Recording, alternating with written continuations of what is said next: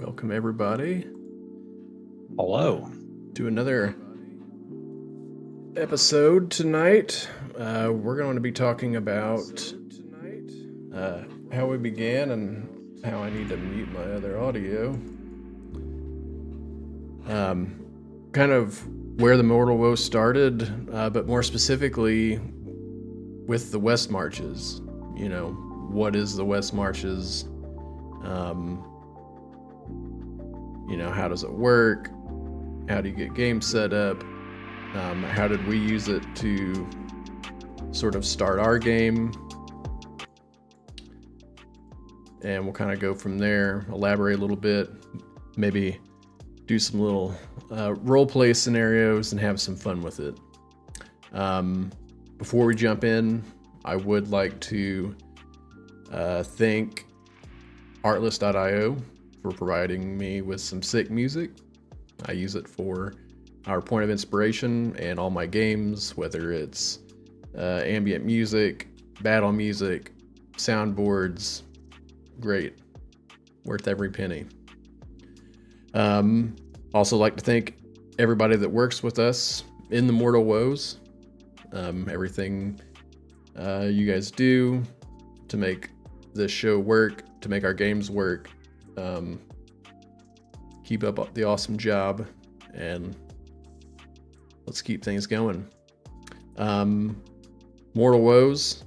This is an awesome place for people to create things, to learn things, and to play. D&D, tabletop RPGs with friends. Also like to give a shout out to XLG and a new event that's coming up on June the 7th. Exciting times ahead of us here. And that's partly why the subject is what it is tonight. So we can kind of go over that, and if some of our players are in here, we'll kind of give you a little review or rundown, kind of what the game's going to look like for the most part. My name is Spio, or Ethan, and my brother here, Etma or Evan. Right. It's been a while since we kind of actually went to starting this thing, huh? Yeah, it's been a few years. I think it all started back, I believe it was in the winter or just before that whole Christmas break time.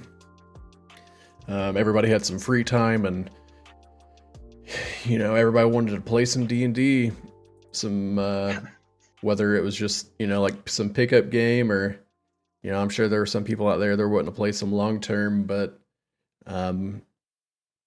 all of us, Gear Duo, I can't remember who all specifically way back in the beginning, since it has been so long, but we all kind of put together a Discord server to make a place for people to come together and create this little area for us to be able to put groups together, to be able to create sessions for people to jump in and out of.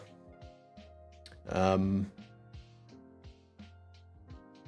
believe we established some sort of system. I don't know if we just took the system from something else, but it was based off of a tabletop system called the West Marches, which the West Marches, I have a definition here, an episodic campaign structure and play style for traditional role-playing games designed explicitly for open table play.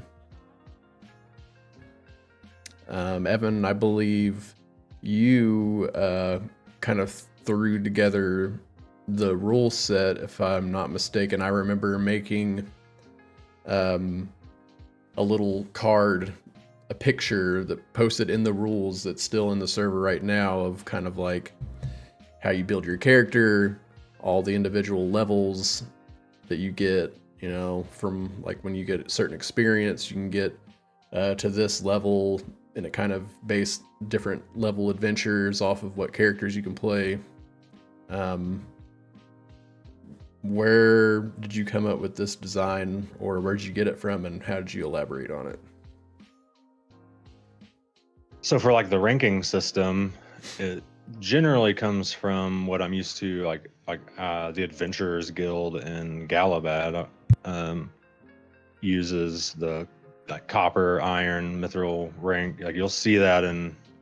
I mean, there's animes that use it. A few, Goblin Slayer, Overlord, and that's kind of the structure we used for that. And so that's where I got that idea from. And then we went with the, mages have their own like Sapphire, Emerald, Ruby. And it was just an easy way to generically label levels or missions off the quest board for the players to pick from.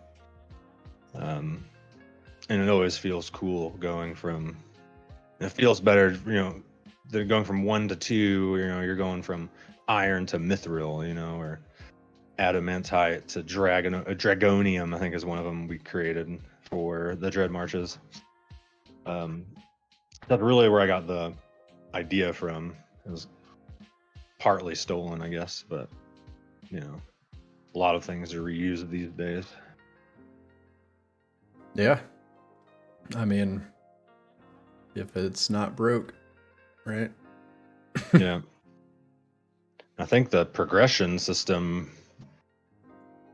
I initially came up with was a little quicker. It's just like 1 session to level, and then we all kind of sat down and agreed. I remember me, you, and Gearduo like agreeing on the, from 1 to 2 is 1 session, from level 2 to 3 is 2 sessions, level 3 to 4 is 3, so on and so forth. And that same format repeats every 5 levels. So like 5 to 6 is 1, 6 to 2, 6 to 7 is 2. And then also to help people, I guess, the players typically don't have time to like play all the time. The starting equipment, letting them have some options, but generally having like a magic item or 2. Like that felt kind of good for the players initially. Yeah. So essentially, somebody hosts a game, or we created a map room. So if somebody wanted to run a game, you essentially just kind of, create a mission or put up like a wanted poster or some sort of storyboard. And that there was kind of some RP in that as well, right? It wasn't just, it's like, hey, we have a group ready, we're doing this. There was actually different rooms where you would go in and kind of type out the role play for specific areas, like the arms room, or the chapel, or the library, instances like that. And you kind of form a party, and then you talk to the DM, and as a group, kind of set up when a time would be convenient for everybody to get together and play. You also set up like set level ranges for the game, since that's how ours was set up. So you didn't have to just be a new character. You could continue on. That was the part of it, as well as not only is we call it Dread Marches, but it's, the West Marches is the original. But not only can you do just like pickup games and join in, whenever you had some free time, but there's also a progression to it, to where, you could continually leveling up one character. It's almost kind of like the Hydraverse theme that we use in our homebrew world. Sort of, I suppose. It's been a little while. I don't remember specifically, I guess, but I feel like, if you wanted to make the same character in a different leveled mission, it would be perfectly fine to go back and forth if that's something that you wanted to choose, maybe. Yeah, I think it would have been acceptable by all the DMs, especially if it was, say some of the players were up to level 6 and there's a new person that wants to play, but they just don't have a character there. Even just starting out there, it was generally all right. Yeah, so it's not like you had to be a part of that progression system. Like, you didn't have to play so many games to be able to get into a game that's level requirement was higher than what you would normally start out at. You could just jump in.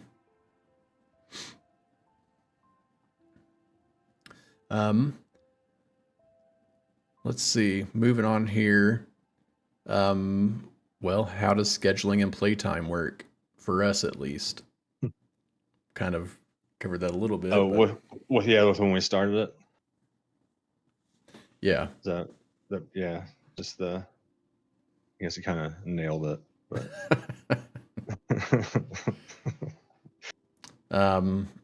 who's in a party and how it's set up?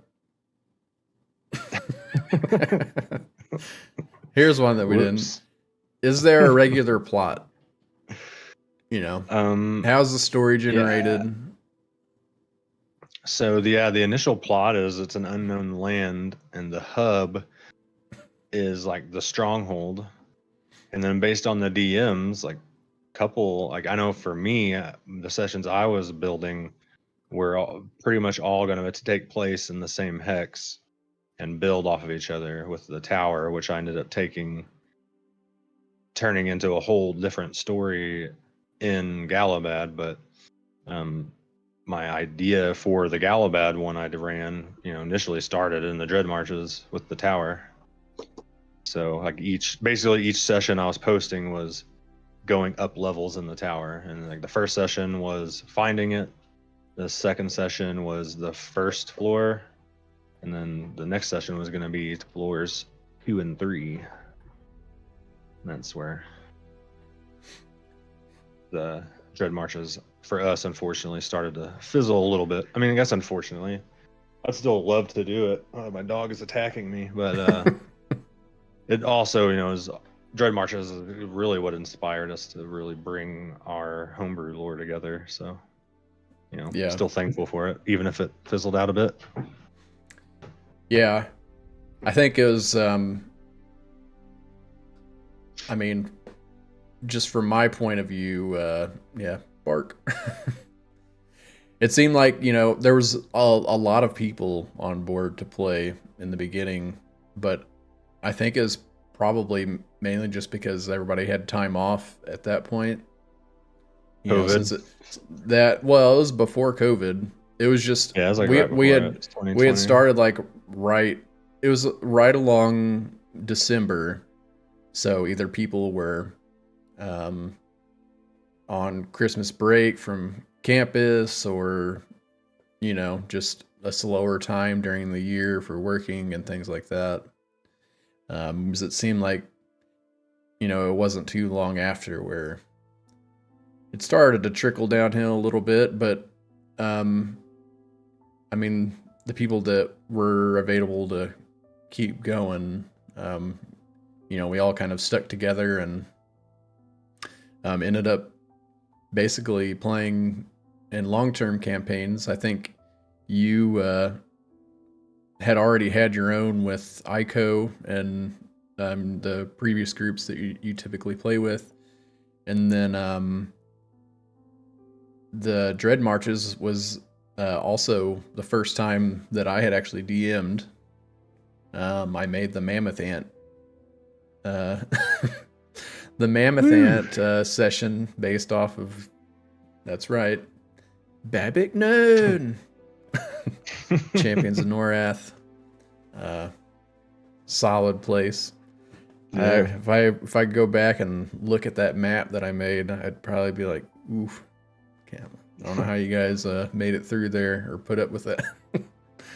But it was a good time. That was a good session. I loved it. yeah, it wasn't. Shortly after, I ended up busting out a homebrew world, and I think me and Justin kind of sat down and started putting some things together about um, like the existence of the world, what kind of populations you would see, different biomes. And then it wasn't too long after I remembered just, boom, here's Numestria, ready to go. Yeah, I just remember like all of a sudden you just had a whole continent. You're like, yeah, I'm gonna mess with Incarnate. You made a couple of your maps for Dread Marches, and then it's like the next day, oh, look what I made, or look what we made. So, all right. Yeah, good times. And then, yeah, Night Fury knows all about it. Yeah. Yeah. And then, yep, Arl's Landing, all because of Night Fury.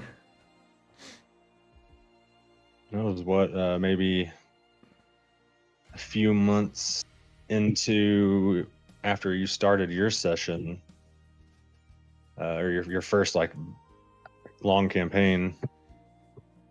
When I started talking with, Ico started talking about, like what, like our actual universe name and stuff like that with like Galabad, and then we were talking about it'd be cool to have another continent.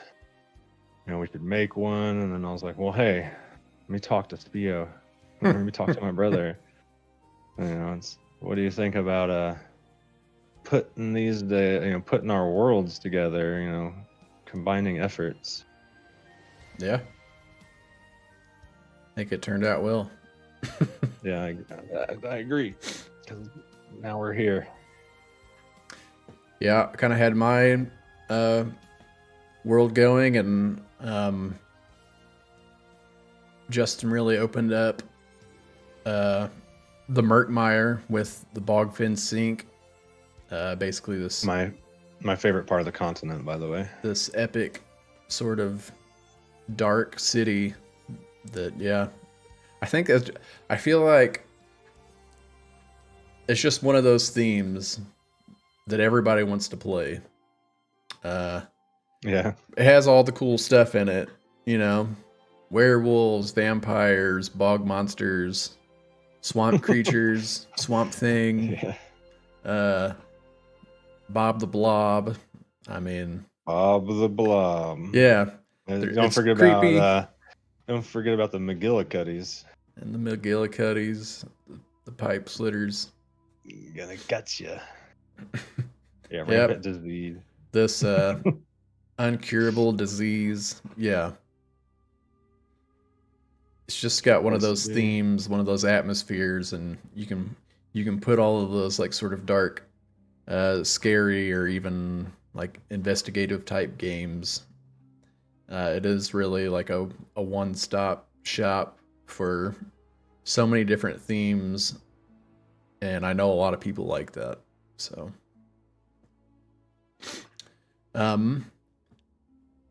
yeah. So we put our worlds together, and we still have one shots here and there, but or I call them one shots, but they're more like mini series. It's hard to get a game into one session unless you play for like 6 hours or so, I feel like. Right. Yeah, it's true. But depends on how, I guess the mindset of all the players total, and then like how much will be railroaded, Yeah. Because if everyone's there about the one shot, then typically the characters should kind of follow that path that's already been set before them, but it doesn't always happen, Night Fury says one shots turn into 2-session campaigns super easily. Yeah. Or 6. Yeah. How many one shots have I tried to run and they just never end in one episode? or even continue, because I know Night Fury can attest to being in at least two of them, because the two up top off of my head are the Frost Forge and the latest game that we had in the Zakir Desert, which we didn't. Did we even go back to that one? Mm-mm. Yeah, I didn't think so. No, that was where Bob the Blob initially came from. Well, those were set up to be one shots, but yeah, they it wasn't Might have even spent a few close to hours in being the done. city. Which was perfectly fine, because I thought the Zakir game, I had a lot of fun with that. I don't know what it is. I think it's probably just the theme of being like at a Tatooine spaceport where somebody just gets like stabbed in an alley in the open, causing chaos in the city. That's right. Yeah, I had a blast. That was with that the game. Scorpion chase scene, right? Yeah. Yeah.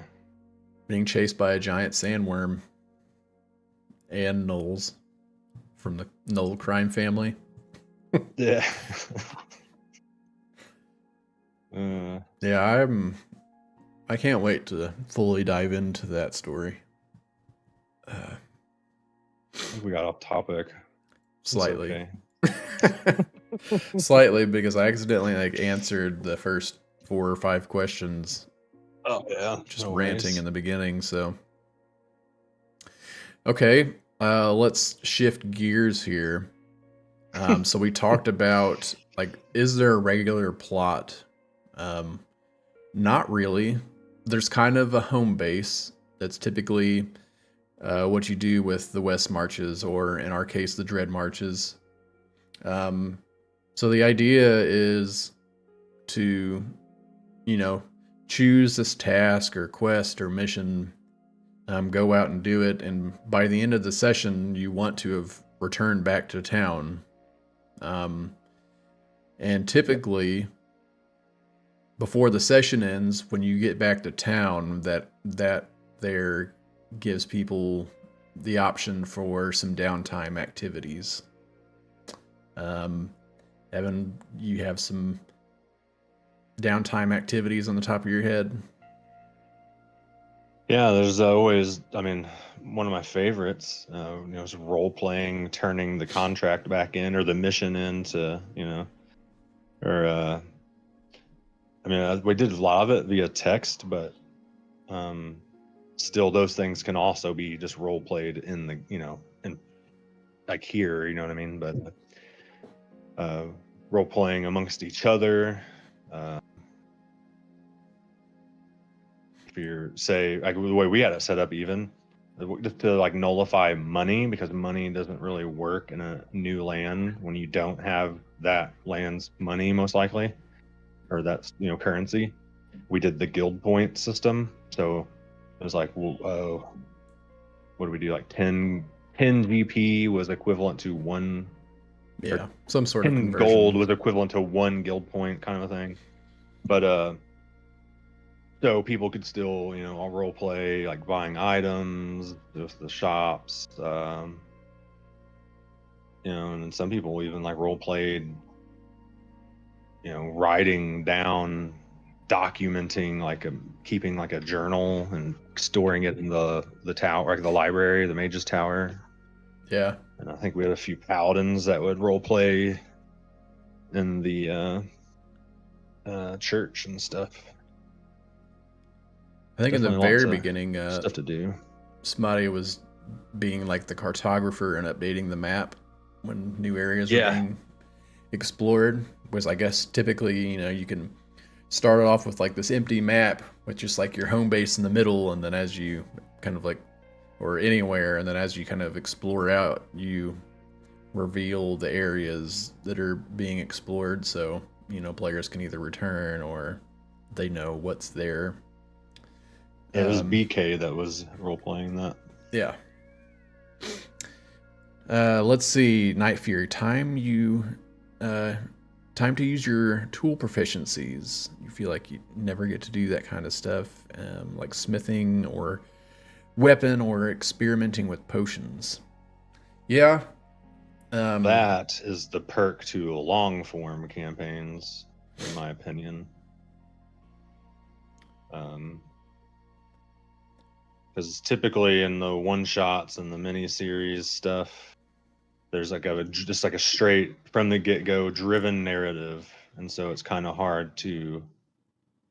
You can sometimes get off topic, but then when you're looking at a long form campaign that's, 6 months plus, you have that time to adventure and seek out those things. I think though, like when you get back to town and that is time to do some downtime stuff, you could definitely role play. You could for make sure. like and I mean that would make an historically RP. our sessions, Right. our one shots Yeah. barely make it back to town. Yeah, our sessions never did that. I guess if the sessions were a little bit correct. longer, but if the games were made to allot time for when the players got back, to have that sort of downtime, that would definitely be a good idea. Yeah. Because I mean, you get your currency, and you could just like look at your items and stuff for next session, or talk to whoever's running the game and be like, "Hey, I've made this amount of money. I would like to purchase this item with the magic shop." But you could also, before the game ends or before the next game, RP go into the shop.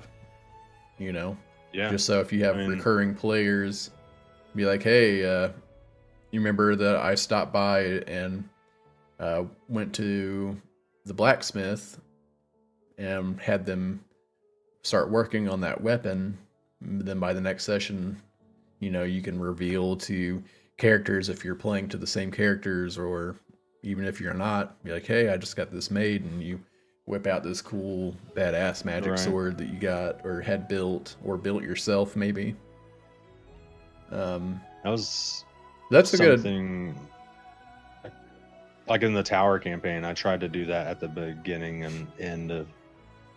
Granted, it wasn't one shot. So it was a short campaign, but it was it was around 6 months. But I tried to start every session and end every session with like, what's your guys' plan? Like, what are you doing? Like you created your dojo with that time, over and Gear Duo's character Rourke ended Burn ended up getting like his bow crafted multiple times from Rourke, Gear Duo's character, throughout that whole time, like during the downtime. Yeah. So, and I think that's definitely what we're referring to. Just allotting that a little bit of time before the players dive into the session, or if there's time at the end.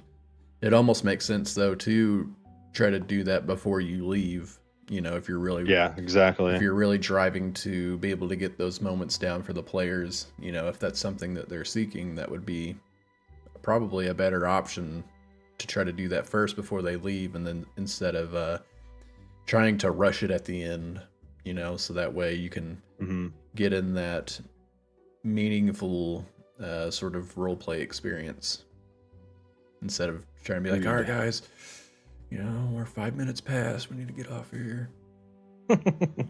Yada yada yada. You went to the shop. All right, get out.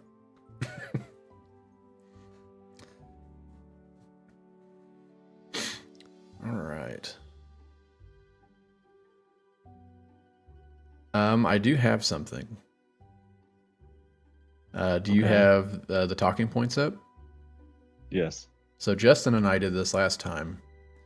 I was wanting to do the one with the 3 heroes, but Aiko and Orgir isn't on tonight, so we'll just do the ones that we did before. But I mean, you and I are different, so it'll come out different. But if you scroll all the way to page 5, you should see random RP scenario. and then it's a dialogue between friend 1 and friend 2. One's Steelbane and one is Grimshaw. Okay. So what we did is we chose and used a different voice for each line that we did. But Oh, wow. if you would like to use the same one,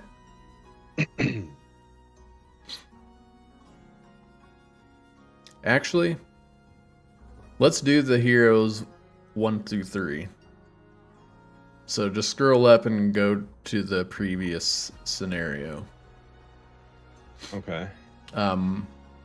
Would you like to be 2 of them, or would you like 1? And we can kind of just use the same voice instead of mixing it up, since there will already be 2. But I'll let you choose if you want to do 1 or 2 of them.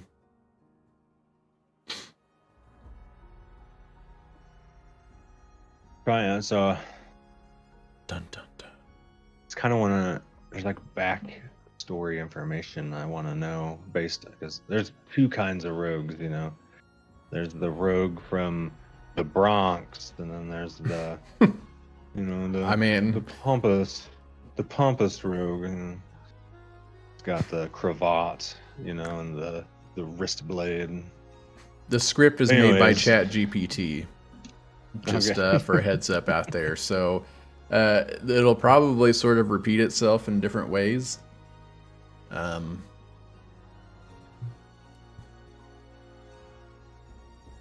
So what say you? I'll take the warrior and the rogue, I guess. All right, you gonna do 2, huh? Okay. I'll try. All right, so I am the mage. Me. Well, this is way up there. I was way lower. Okay. So, improv. Heroes stand atop a cliff overlooking a vast mystical forest. Oh Their yeah. eyes are fixed on a distant tower shrouded in darkness and mystery. I'll read the rest of the narrations since. Okay. All right. Does that help You you got out? your Morgan Freeman voice ready for a narrator? That is a voice I need to learn how to do. Yeah. That would be epic. All right. Do I have to say who he is, or we just do the lines? You Do I can, say, yeah, like, you can the just say the warrior? Yeah, you can just say the warrior. It's fine, just so nobody Okay. is confused. Nobody's confused. All right. The warrior. Behold, my comrades, the Tower of Shadows looms before us, harboring secrets untold. Let our valor and blades pierce the heart of this darkness. Indeed, with my arcane knowledge and power, I shall unravel the enchantments that guard this tower, revealing its hidden truths. The rogue. And I, with my stealth and cunning, shall infiltrate the defenses and find the path that leads us to victory. Together we shall conquer. They descend the cliff and enter the mystical forest. Its ancient trees whispering secrets of forgotten lore. Stay alert, my companions. The forest is alive with unknown dangers. Our senses must be keen, for treachery lurks beneath these ancient bows. Fear not, for I shall summon the elementals to shield us from harm. As I raise my hands, winds wrap us in your embrace, as a protective gust of wind surrounds the heroes. Shadows are my ally, and silence my cloak. I shall scout ahead and ensure our path remains clear. Trust in my expertise, and we shall prevail. They navigate through the mystical forest, encountering mystical creatures and overcoming trials of skill and wit. Our mettle is tested, yet our resolve remains unshaken. Onward, my comrades! The tower's secrets await our discovery. Arcane energies reveal the hidden path. A magical light illuminates a concealed trail leading towards the tower. Whispering. We draw close, but caution remains our ally. The tower's guardians shall not falter easily. Be ready for anything. They reach the entrance of the Tower of Shadows, a foreboding structure emanating an aura of dark power. This is where we make our stand, my friends. Within these walls, evil festers, but it shall find no refuge from our blades. By the ancient incantations, I banish the shadows that veil our path. A radiant light dispels the darkness, revealing the tower's interior. Unsheath daggers. Let our agility be our strength, our wits our shield. No trap guardian shall hinder our advance. Stay close and follow my lead. They advance through the tower, encountering twisted corridors, magical wards, and malevolent creatures. The tower quakes beneath our assault. Press on, my comrades. We are the light that banishes this darkness. There's a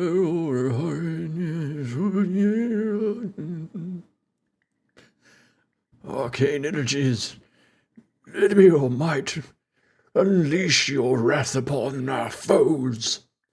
A surge of magical energy blasts through the enemies, clearing their path. Swiftly moving.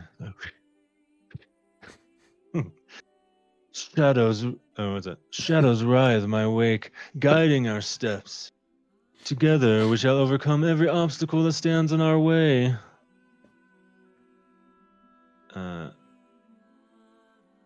They reach the tower's pinnacle, where a powerful sorcerer awaits them, surrounded by a swirling vortex of dark magic. Sorcerer, your reign ends here. We are the champions of light, and your darkness shall be vanquished.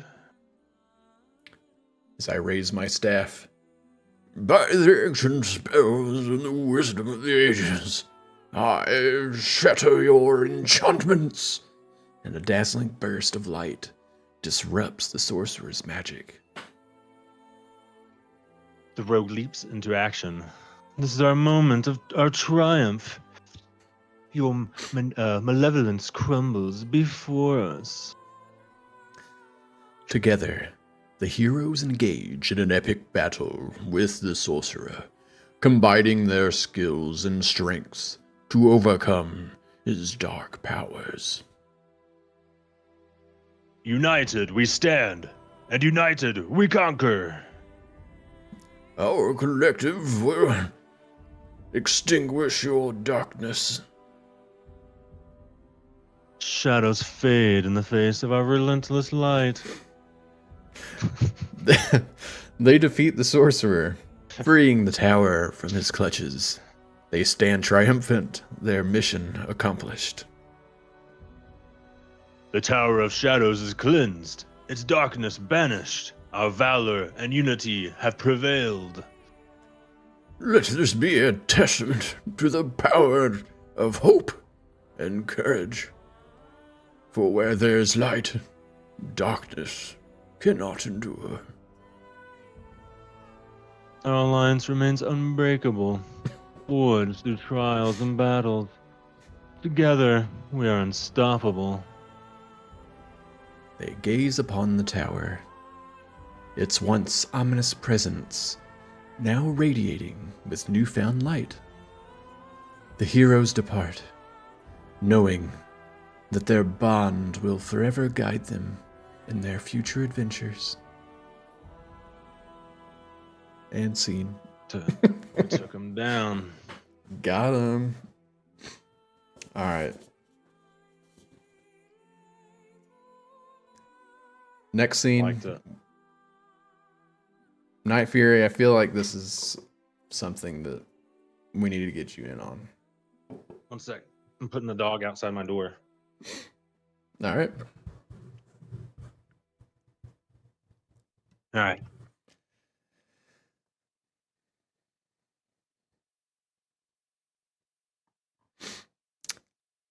Not gonna lie, I have fun doing this. I feel like, changes things up. You guys are dorks. Yeah.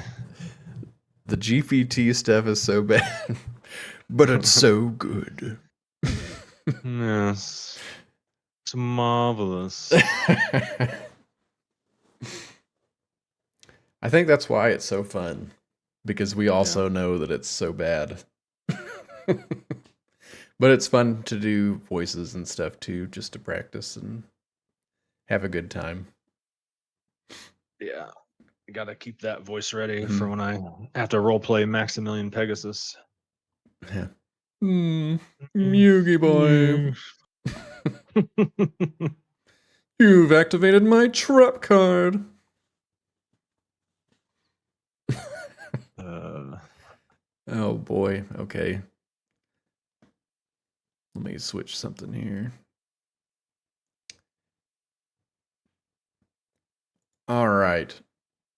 I didn't even realize these scenes were down here. It's cool. Yeah, I threw him on at some point.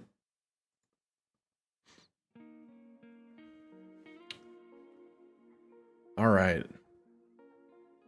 So we know the West Marches is really beneficial for those who are unable, due to many different circumstances, to be able to commit to a long-term game. So it's really great for that, for like pickup games, or just to jump in and see if there's any games going on that you can get in on when you can. But can it turn into something more? Thanks for the follow, Spaz. I say can. I know it can turn into something more. Has it turned into something more for you, Etma? It sure has. I made my hobby more than just a hobby. One, I get to play D&D with my brother and my friends, so Guys. I was playing D&D for years, and it's just crazy that it took until we were in our 30s to even try playing together.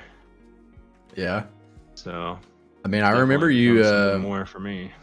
I remember you inviting me a couple of times to go play, but I think there was one point where I did actually look through a book and was trying to build a character. For some reason you could be, or I think I was making an Illithid character, because I'm pretty sure there was some sort of race that you could play. I don't know if that was in an older edition, or maybe it was some sort of vampire or something, but I do remember looking and building a character, but I didn't understand the rules and anything or how to play, and it was just kind of intimidating. So I was just I don't want to show up and not know how to play and be asking a million questions and looking like an idiot, basically, I think. So Where we all started. Right. But Yeah. that was just my thoughts. So I was always kind of deterred from it, but I always did want to play. I just never stepped forward and did it. Yeah, for sure. Everyone needs help sometimes. But That is correct.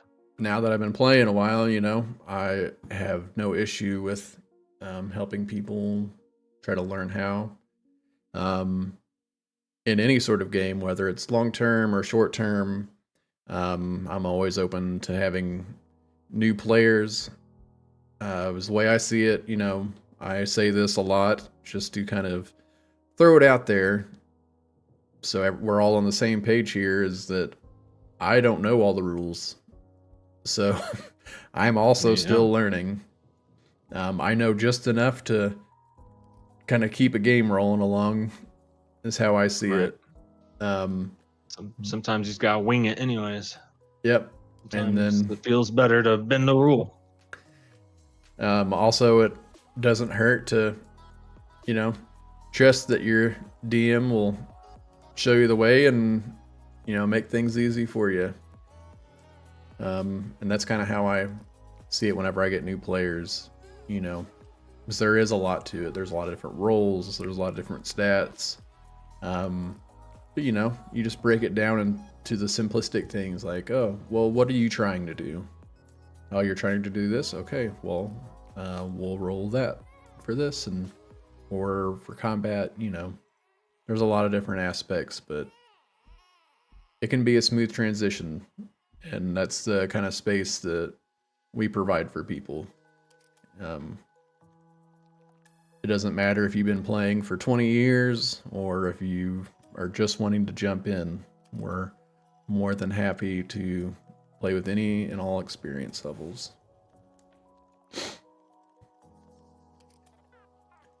Did we just go off on another tangent? Kinda.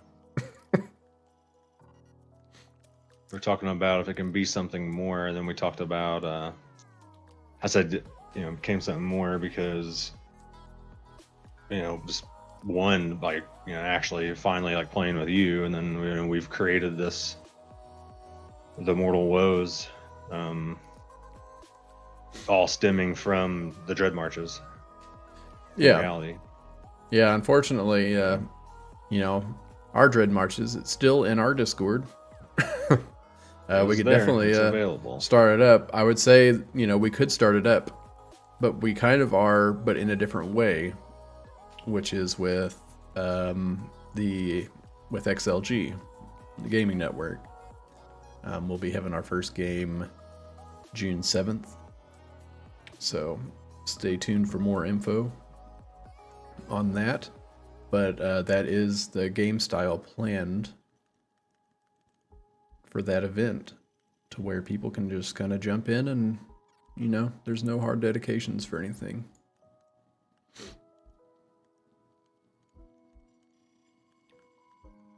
Staying tuned, yeah. Staying tuned. All right.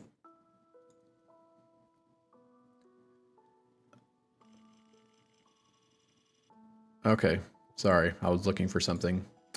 So yeah, can this be something more? Absolutely.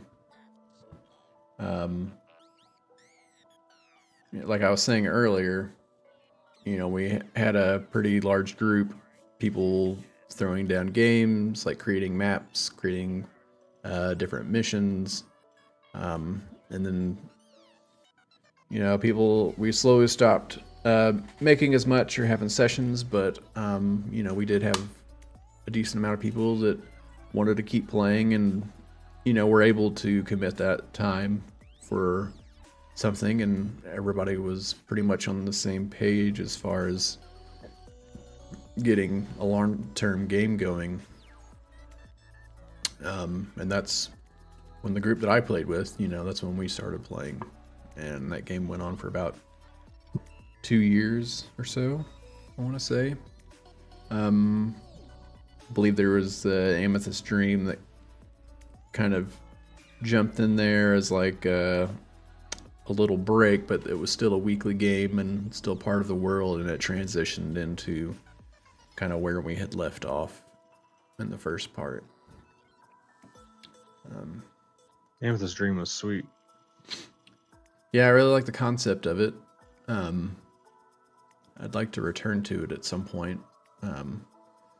So I feel like there's a lot of stuff that I really didn't get to highlight on, and I think that it's a pretty cool theme, anyways, to revisit. It reminds me of maybe not specifically the Omega arc, but it's almost like it is kind of related to, I guess, like the Hydraverse system in a way, being like, but instead of different universes, this is different saved universes, I guess. Yeah. I guess that's really vague and not as related, but in my mind, I guess it is. I mean, for one of my ideas of actually connecting our continents was, I think we've talked about it before, but I've talked about with Ico, like a campaign or adventure, just write it in and then it can be played through later. But an adventure restoring the world tree to Galabad, which connects this lost network between the world trees, essentially, and then the druids can like travel via Amethyst Dream to the other, out to the other world tree, essentially, and those pool, like the portal network that's inside of the one in the Vale. Yeah. And I think that'd be a pretty sick concept. But in lieu of, I really liked Ico's idea of the Sentinels tired of getting wrecked in Galabad, so they just take their airships across the planet and find a new world and start their Elven extermination campaign version 2. I mean, That'd be I think people are funny. ready for an airship game, right? I feel like that's one of those themes that a lot of people so we want to experience at least once. You guys always have airships? The Sentinels, the bad guys, always had them. We always had to fight them and try and get on board them and stuff. We have had some kind of abused powers, though, like turning like, if you've ever heard of when we say the Kettage, we had a carriage that eventually was able to fly. And what's the spell? There's a spell where you can create like a house, like you go into it and it's like a fortress inside. It's like a mansion, or however you create it. The tiny hut. Tiny hut. Or is it the stronger one? Either one, but that was used on the inside of the carriage. So when you went inside the carriage, it was like our base, our mansion. And it was also our flying carriage that we took places. There is another spell. It's not the tiny hut, but I know what you're talking about too. It's got a strange name that I can't think of, but I know Rox, a player that was in one of Justin's games, and somebody who's been kind of collaborating a little bit with me, bringing up cool ideas on different elements of the Zakir Desert. He was talking about that. I think he has a goal to become really high level and put a bunch of those mansions underneath the sand seas that we're making currently. Yeah, so we never act like people don't really understand, know the engineering behind the airships and stuff just yet, kind of thing. And even over there, Warforged only belong to the Sentinels too. So any player, any normal, regular Warforged would end up being some kind of Warforged that somehow got free, or circuitry was wrong, and so it was able to not be used as a death machine. But is that who the Sentinels are? Are they Warforged? No, they are a the human human supremacist group. Yeah, so if you're not human, they basically want to kill you and you're trash. Got you. So they're Nazis. Yeah. Yes. Okay. Yes, they are Nazis. Yeah. They quite literally wiped out all the elves on Galabad except for like 2 of them, and almost did the same to halflings, goblins. Jeez. Well, I was gonna say, yeah, make the game where you are the Sentinels with the airships flying over and make that a campaign. But now that you told me that they're the Nazi group, I don't think I'd probably want to roleplay being a Nazi. But yeah, no, no, it's just a pretty easy, big bad guy. And because we wiped them out, they have like their fallback defenses and can't find them because they're airships. So it's also a good tool for like occasional side quest. Look what the Sentinels are plotting, kind of thing. But at least that's kind of how it's been used lately. Yeah, I think it'd be a cool idea to either have an airship campaign, or at least some sort of like, not one shot, but you know what I mean, like a smaller session game, just getting across, or locating the next continent, or using the theme that you're talking about, using the trees. Yeah. And where Galabad's tree is up in the Boreal continent. Okay, so I can explain that. Okay. The original tree was actually in the Sacred Wastes, the northeast. It was more underground in like a sanctuary-esque cave.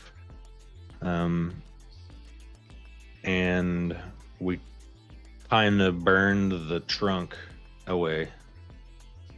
And our attempt to restore the tree became, it's like Sproutling in the Boreal continent, but it is also it's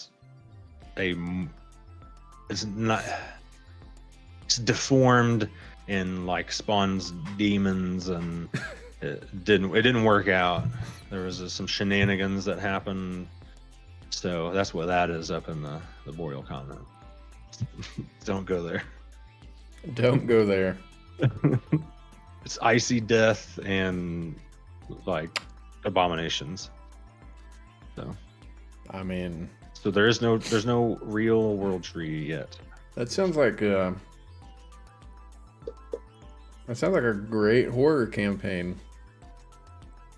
Just traveling through the Sacred Wastes, I think, is a great horror campaign, because the Sacred Waste is considered the like what was left in the aftermath of like the previous Galabad, and just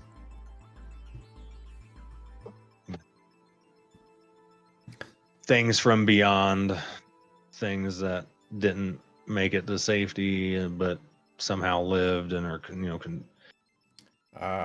those kind of things. Mm-hmm. Yeah, that does sound like a fun horror game. Well, what do you have any thoughts or ideas on how do you think a world tree would be established? I think probably some idea or mission comes up to like restore the Feywilds in the north, because now they're just like it's filled with like banshees and undead elves and stuff like that. And to restore it, and maybe finding the rumors of this part of the OG tree, or which is like a preserved seed, essentially, and then that could lead on to missions that require like blessings from all the lands and all the different groups, and building this casing that it would need to be buried in, And then, like the archdruids sanctifying the burying of the planting of the seed, and then, magic deity level event, and it just bursts forth, and hey, we're back in action. What would you think about if there wasn't another tree established, and there was somehow, some way, a druid from one of the continents somehow made it to a different one and created their own druidic circle, and were able to port back and forth? Yeah. Suppose that would work as long as they know, where they're going. Well, So. I'm thinking of maybe not necessarily world trees, but watching the Vox Machina anime. I don't know if you watched it on Amazon, but I've actually finished it recently. There's multiple times where I don't know what druid spell it is, but Keyleth was able to like travel between these different trees that created doors, essentially. Yeah, that was kind of the idea of using the Amethyst Dream. Gotcha. As of that. That concept. Well, if there's no world tree, I wonder if there is a place that's just tied to some sort of spiritual energy that's strong enough to be able to reach. Spawn yourself. Not that I'm like trying to keep a world tree from spawning in, or being created in Galabad again, but I'm just trying to think of, what would it take to create a world tree? Like, is it just like growing a plant, but with a little extra magical powder, or is it something that's like seed of a world tree? Is it something that's like a seed provided by a deity? True.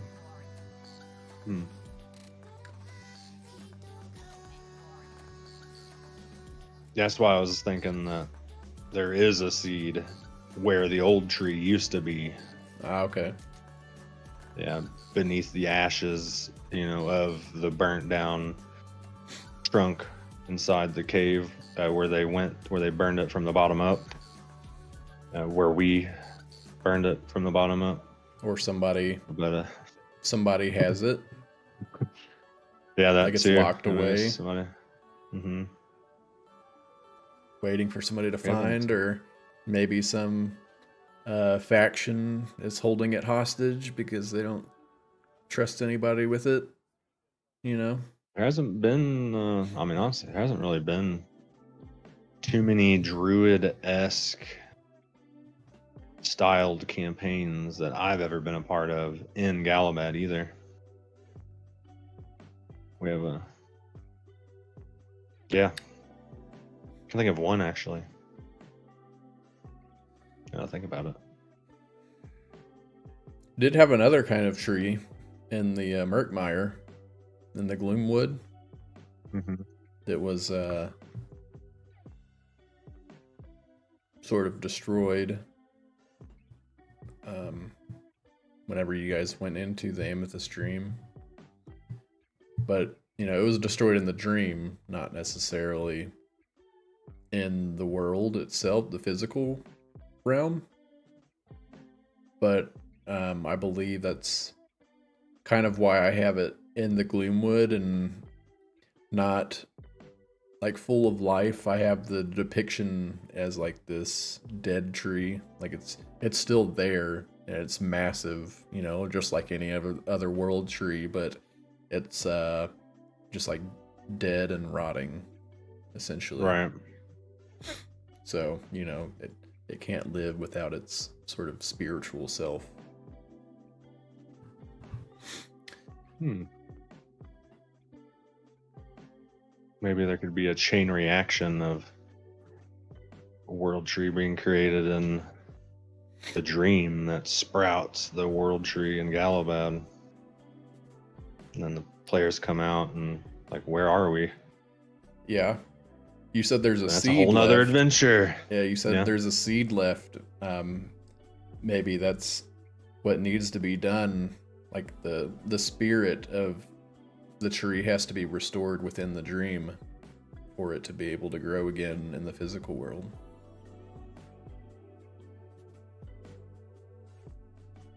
You guys see that face? That was called the gears turning, I think. My gears It's really slowly good idea. turn a little bit. There's usually a lot of cobwebs and like a stig will Yeah. fall between the cogs and Like the opening the wallet. I think I talked about this. I made this analogy like the other day, opening the wallet and like the flies fly out.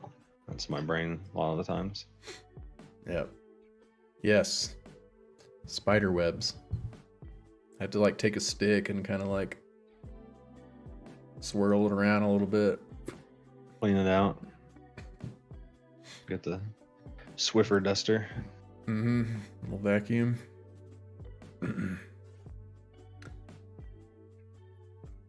All right. Remember Well, at, we have like strayed very far off from West Marches, but I mean, I think it's fine. Whatever flows here. Yeah. What were you about to say? I remember I was working on planning. I don't remember what happened or why. It just never happened. I was planning that work campaign, and some people actually finished their characters for it and everything else. I don't even remember what happened at all. You remember? You remember Was that? was that I know Reed? you. It was after the tower. It was going to be my next campaign to just like go into a new one, and I was going to take a couple months to like plan it and stuff. Or you even finished your character for it. I think so did T-Bam. What did we do? Well, I'm guessing we played Yinsu. Or you created the halfling mission, probably. Well, yeah, we went on a spree creating Yinsu, I believe, but it took us a few months. But even still, Yeah, I'm not sure. I remember it. That'd still be a fun idea. Warring orc clans, yeah. Yeah, I don't. Night Fury says there's always a later point of inspiration that you can answer the other questions. No rush to cover everything. Yeah, I think we're gonna have to do like a continuation because I'm curious to hear your duo's thoughts on what the world's gonna be like for this new event that we're running. I know the art style has been really cool. I've been digging that. I believe you guys made some characters together. Having some fun in Midjourney, making some art. I know Gear's been working on a lot of the like character sheet art and stuff too. But I'm excited to see, 2 weeks on the 7th. So Yep. a little less than 2 weeks. But yeah, I'm curious to see, what the world map we're going to be using. And I'm curious to get some information to know what kind of world it is. I know it's kind of like it seems like a 90s sort of JRPG sort of feel to it. But I'm kind of excited to know, like, what kind of the theme the world's going to be. I imagine like running through one of the Final Fantasy games or something, or maybe Zelda, or I just imagine, like, I see the game the way that we've been creating the art. So we've been using the Niji filter on Midjourney, so Yeah, all of the grass and the trees, I imagine in like these sort of slightly exaggerated hues of like teal and like blue and stuff like that. I think I've made a few maps as well already just to play around, but um, yeah, I'm kind of excited to hear him elaborate a little bit. It'll be exciting. I think we should probably do that next week. Kind of go over the world a little bit, and um, some of That'd the be sweet. players, some of the people participating can kind of jump in, and we can give them a little in-depth description of kind of what to expect and what the game's going to be about. It'll be fun.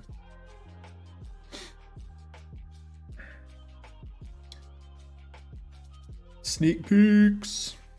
Mm-hmm. Sneak peeks, yeah. Because I want to see it too. I want to Night Fear getting all those watch peaks. this. Rolling the dice. I want and to see stats. this continent be built from scratch, from the players essentially, almost. Yeah. Obviously, the work behind the sessions, what they pick to play, but you know what I mean. Like, it's gonna develop as they play, which will be cool. It'll be very cool. Cool. All right. Let's see. We are a little bit over an hour in here. Does anybody have any questions? Feel free to post them in chat, and we'll try to do our best. I have a question. What's that? Question for you. Uh-oh. I'm in Um, trouble. See you guys. so I'm sure you've thought about it, brainstormed some. Probably, I know you mentioned like you don't have any like big concepts yet, but have you,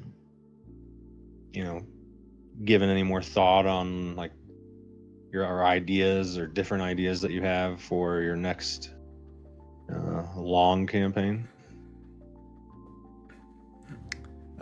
What that might entail? That has been sort of postponed. I was initially thinking of what I wanted to do next, but after we just completed this Wednesday's game, feel free to go check that out on our YouTubes,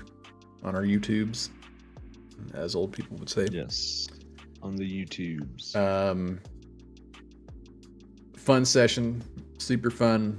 We had Etma, we had Gear Duo, we had Life. A game of 5 candles, a variation of 10 candles. It was a good time for sure. We got rated. We hit our affiliate mark. Good time. Thank you, XLG. Appreciate the raid. Zero. Thanks for looking out. And everybody else. As far as what I want to do, so for my next long-term campaign, my original thoughts were either a sort of desert game, because I'm really wanting to adventure in Zakir, mainly because I had so much fun playing that one shot with you guys. I was kind of joking, like, yeah, we spent the whole session in the city. We didn't even leave to go do the mission, but had a great time. Like, you guys were running around. It was chaotic. And that's the way I feel like it should have felt. That's the way I wanted it to feel. It's supposed to be like this crazy, dangerous spaceport, basically, but without the space, because that's how it's themed. It's you basically in Tatooine, in my mind. So you're in this sort of lawless, wild west of an area where you have different crime families. There's the Knolls, if I remember correctly without seeing my notes. The Gold Fangs is what they're called. Gold Fangs. The main people that run Zakir are Yanti abominations, so like these large snake people. Which is funny enough that I didn't really think of in the beginning, but you know, I guess they would be like skinnier versions of Jabba. Oh yeah. Because it's not necessarily like a horde of like these. Okay, so Yanti abominations are actually more snake-like than just a regular Yanti, because those Right. are Yanti purebloods are more humanoid, and the Yanti abominations are like these giant snakes, essentially. Um, there's only like a few of those, and they're like kind of behind the scenes run things. At least I have in my mind, and the purebloods would be more of like the foot soldiers. Night Fury says playing in Zakir would definitely be fun. Yes, the gold things. Yes, so Night Fury remembers good. So yeah, the gold things are like the number twos, right? They're second place. They're always trying to make moves, to take that seat, but they're not quite. They don't have like the coordination to be able to pull it off just yet.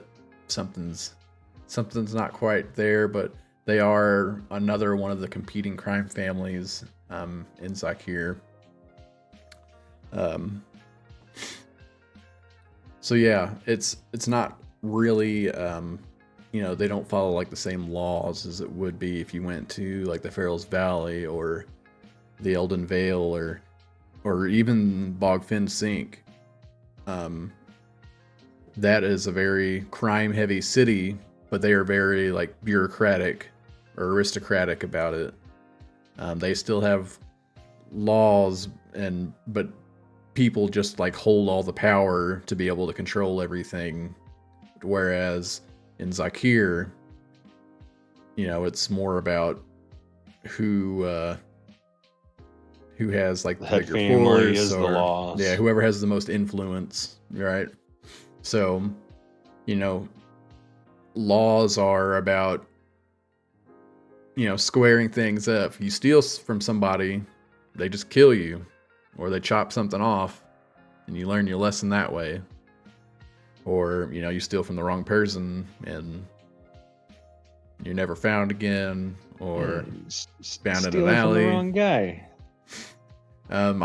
In our session, I believe there was an old guy in the alley that a couple of kids just walked by and shanked and went about their business, and dude fell over and bled out, or it may have been stabilized by Riki. But yeah, some old dude, wrong place at the wrong time, That's what happens in the Zakir. Like Detroit. Detroit. It's the wrong place, the wrong time. That's not Detroit, but it's a fun accent to use.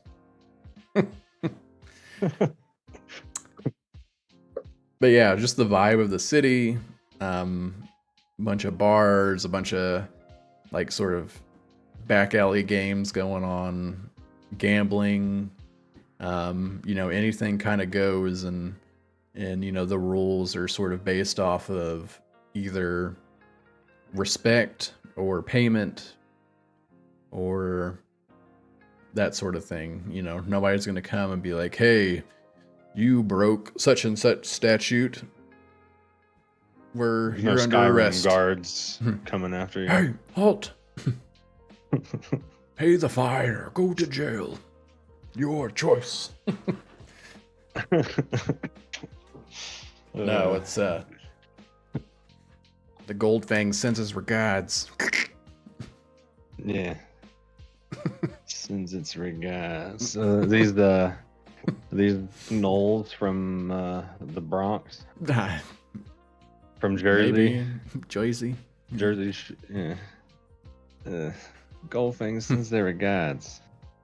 Oh, Yippee Longpaw. He sends his regards. I'm gonna stab you. I'm walking here. I'm walking here. Forget about Speak. I don't know. I'm gonna get off I'm topic, walking but in. I've Hey, played yo, I played a couple Copernicus. characters now with like Jersey accents, and I don't know why. It's just a fun one. I've played the Goblin Assassin, Slit Pipes. He had the more raspy version, and then I played Newt Happy Feet, who's a rogue soul knife, a part of the Blackfoot crime family, and then I've always thought it'd be hilarious to play a caster, some caster that's from Jersey, and like when he's like use gust or tries to push people with his magic, he's like, "Get out of here!" But Like a bada so it'd bing, be bada great. boom, and I blasted him with a Yeah, fireball. yeah, exactly. Blew him to I always thought smithereens. that. I thought that'd be just very fun to play. You should Very see the other guy, right? Mm. He's still smoking like a cooked sausage over there. Or just come up with a list of like comebacks or Yeah. stuff like that, and you could be a bard. It'd be your whole list of different Most mockeries. vicious mockery.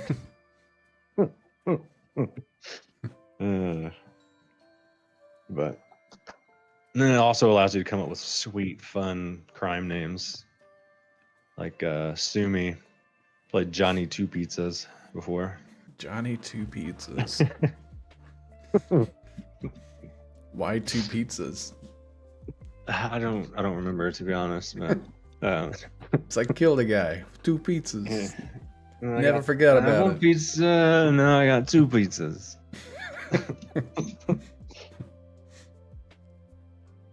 I want to know why? I'm not gonna tell you. We'll figure it out.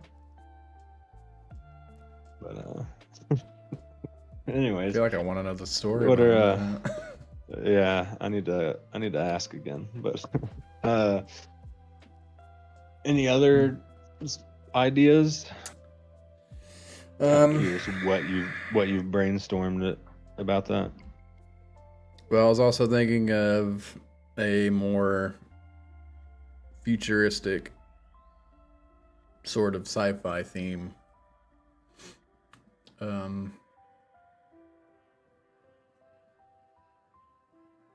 Something maybe like, I don't know, Cyberpunk meets the Matrix, even though I've never played Cyberpunk or don't know anything about it, but I guess the theme, not the game.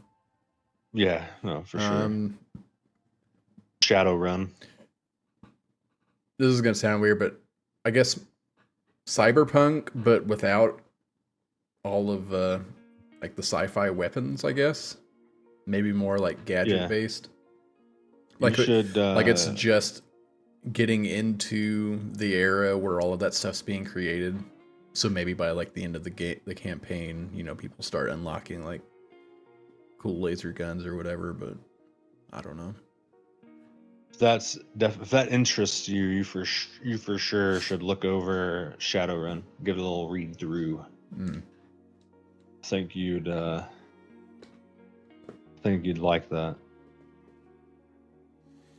It's definitely I think we talked about it before, but it's definitely like more based technically in like a in America, but you could always make it any continent you wanted, and yeah, just use the rules and like the stuff like that.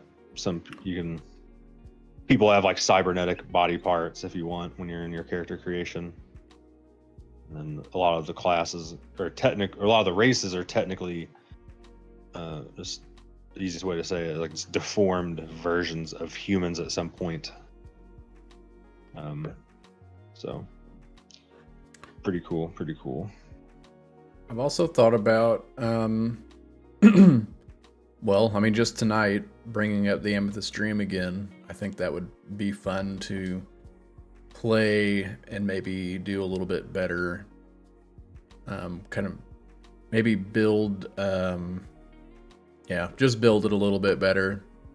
I feel like it didn't exactly go how I wanted to, so I feel like I could theme it a little bit better, and maybe the art changing up the art a bit, just visually, I kind of have different ideas about how I would have it go next time. But if that Would it was be the something, same prequel, or would it be more of no, like it would be present day it would be new? present, and it would be, you know, towards the goal of joining the continents in some way. Yeah, that'd be sweet. And then also, I lost my train of thought. The whole airships idea sounds fun. Like I feel like running like an airships in like steampunk game would be really fun. I just don't know if I could make it the way I would want it. You know what I mean?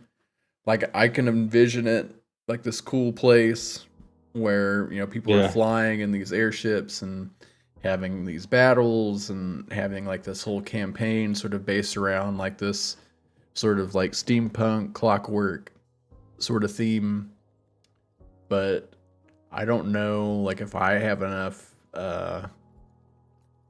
like knowledge or to be able to, I guess, not describe, but portray and make the world the way I envision it to the players to make the game as good as I would want it to be for them as I imagine it.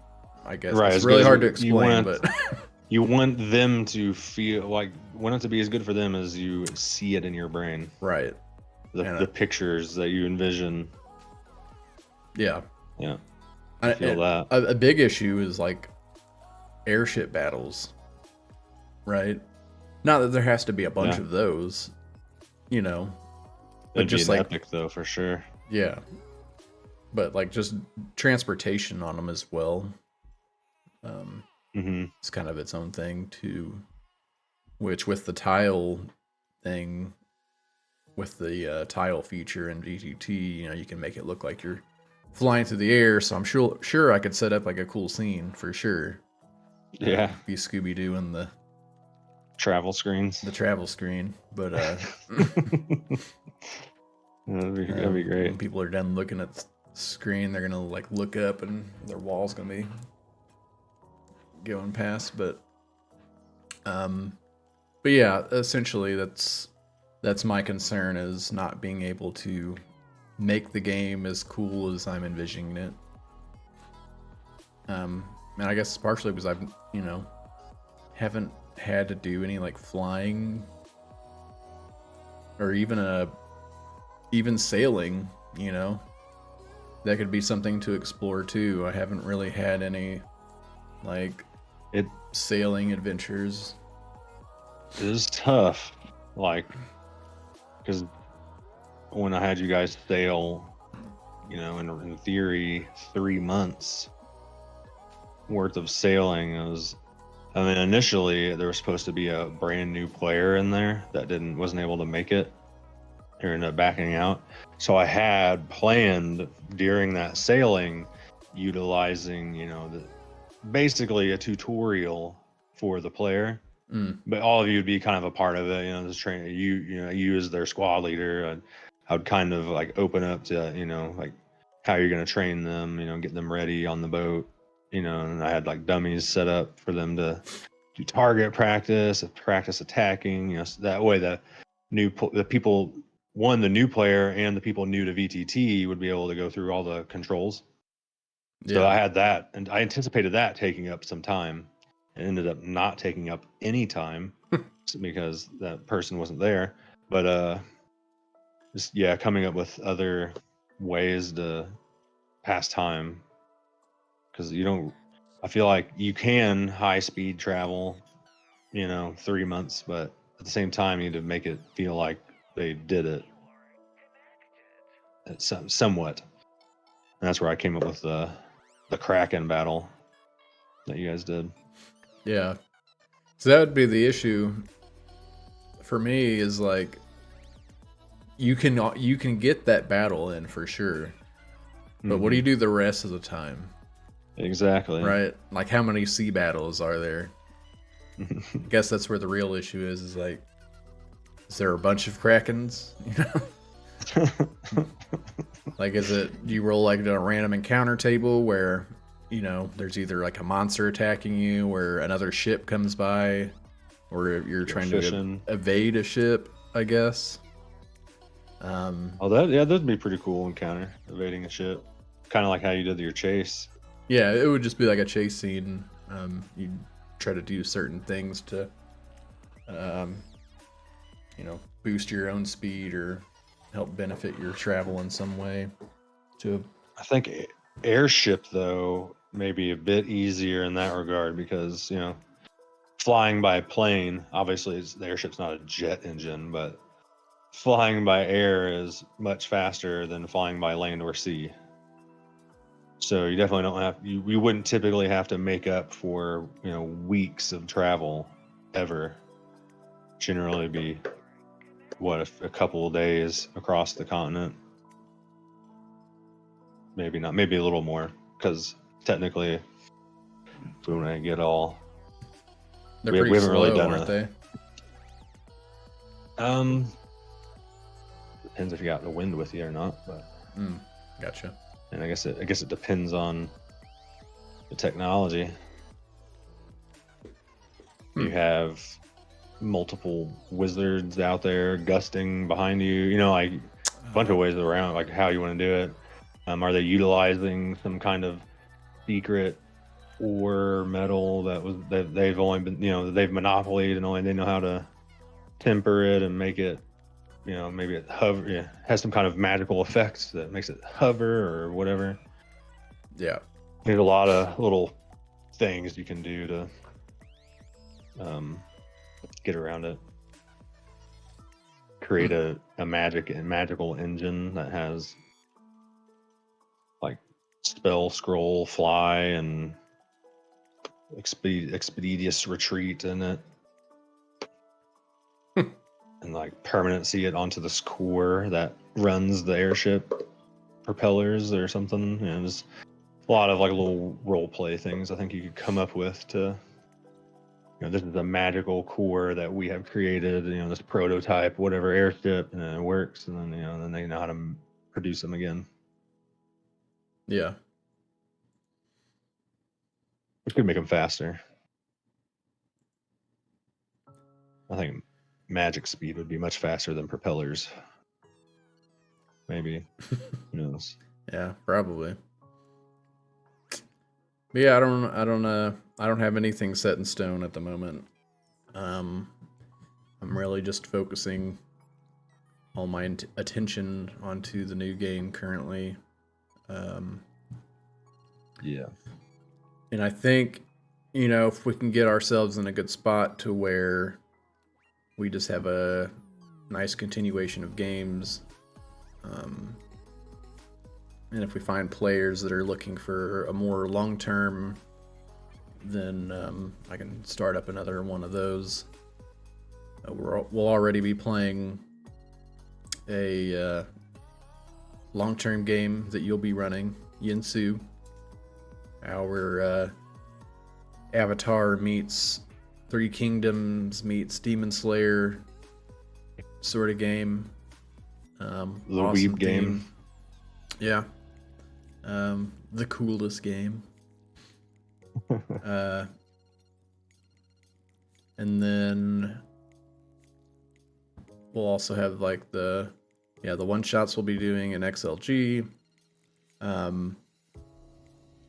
Ico runs games for like a job, right? They run so many of those. Mm-hmm. Yeah, we're looking in the double checking legalities, but looking into figuring out how, if we can get, because obviously the customers would have to know and be okay with being streamed, essentially. Yeah. And then So possibly getting one of those on the stream, and or like I was interested in streaming just like for our normal Mortal Woes regulars, a game, a Galabad game. That would be fun. Yeah. But I guess my point is, we have plenty of games going on all the time. You don't deserve a break. Yeah. I would, yeah, I need to get him one of Ico's games. I guess I need to check her page and just buy a seat at some point. I'd be willing to do that too, just to get in on a game. Sometimes she has free seats to fill. Always double check. Yeah, I need to get her. If they ever just have like if it's a new game and like it's trying to draw attraction to it. No, she's hit me up before. Hey, I got a free seat for the time being. If you want to hop in, but I typically can't make it because she'll do games. So like she has like morning games and like afternoon games, and make basically a 9 to 5. Yeah, it would have to be on like my normal game days, so it'd be tricky. That is something I would like to do. But yeah, either going back to what we were talking about before, if none of those sort of topics, I think it would be fun to try to find a place to run a campaign within Galabad as well, just so I can explore different areas. Not that there isn't uncharted area that I haven't even visited in Numestria, but right, just to sort of intermingle with the other continent that we have in our world that I haven't really done a whole lot in yet. That's initially why I was kind of wanted to do Galabad for my campaign. Off the rip, went with Yinsu though, but I thought that'd be like a cool way to get people involved in the other continent of the planet. Yeah, I think we just need to figure out how we're gonna make that connection and then pull the trigger on it.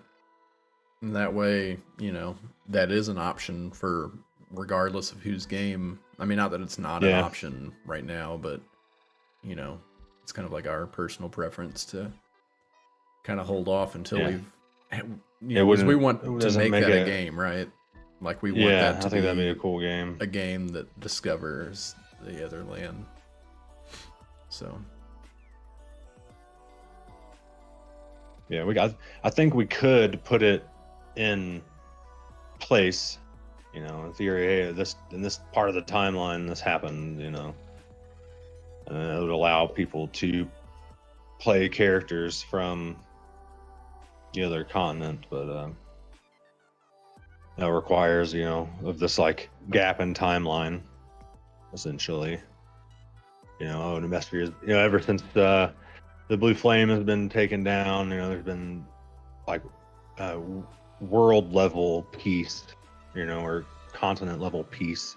Obviously, there's like the mini series and one shots happening, but they're not like catastrophic. So typically, peace has happened. During this time is when the tree campaign happened.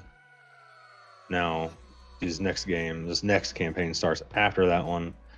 You can play characters from, as if you want to get super technical. You don't have to, obviously. The Sentinels decide to head east from Galabad and land directly into the Elden Vale as they see the World Tree off in the distance. See, they're hovering right over the World Tree, and you see ropes drop from the legion of airships. Yep. Armored sentinels come fast roping down. The elves caught off guard during peacetime.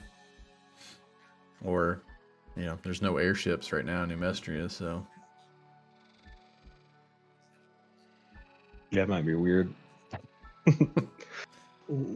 What are those? Yeah. It's like, uh-oh. They're Incoming. about to Mechanical have flying beasts. another race of elves wiped off the planet. Yeah. You have to create your own Genesis. 2 continents of elves being grown by trees. Yours were grown by trees? They are now. Nice. I don't think it's ever been clarified if elves can mate now, though. But initial Genesis to repopulate the elves, they were grown from trees. A tree. So. Gotcha.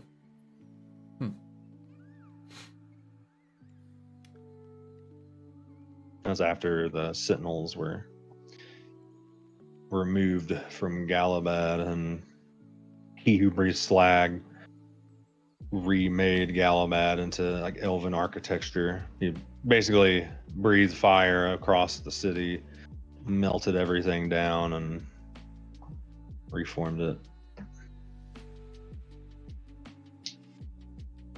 Yeah, Good old dragon deity.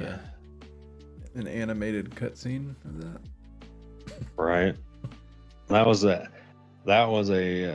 cool moment to be a part of. That was actually when I was playing Bramby, the leader of the Blackfoots now. Anyways, that was Pathfinder when back then. Everybody was waiting on 5e still. It was known, but it's what, probably like 2013-ish time frame with that whole part. Rogue Sniper. Getting Rogue Sniper Assassin, you could assassinate people from like 300 feet away. Just lay down, ghillie suit. Yeah. Dial in. Alright, I studied him for a round. I'm gonna shoot him and it's dead. Sick. Yeah. That was my first barbaric character that I played for a very long time. That's my usually go-to. I was usually the guy that kicked the doors down instead of letting people open them safely. Oh, gotcha. Yeah. Young Evan roleplay. That's what Etma stemmed from. So.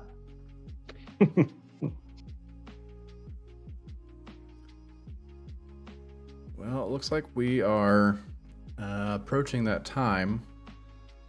I guess at the moment, ask and see if anybody has any questions. If not, we'll kind of wrap up here. Questions. Does anyone have questions, comments, concerns? For a second, I thought you were doing Kermit the Frog. Does anybody have any questions? Excuse me. I would just like to inquire if anyone has any questions.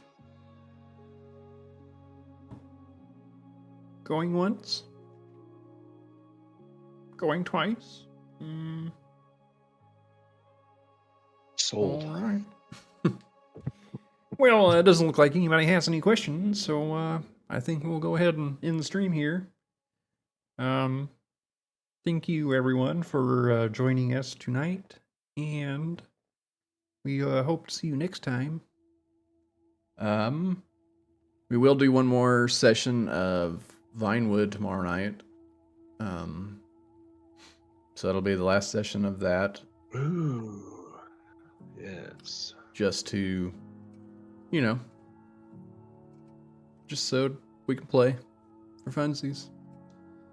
We get that wrapped up, and then be mainly just working on the new XLG game.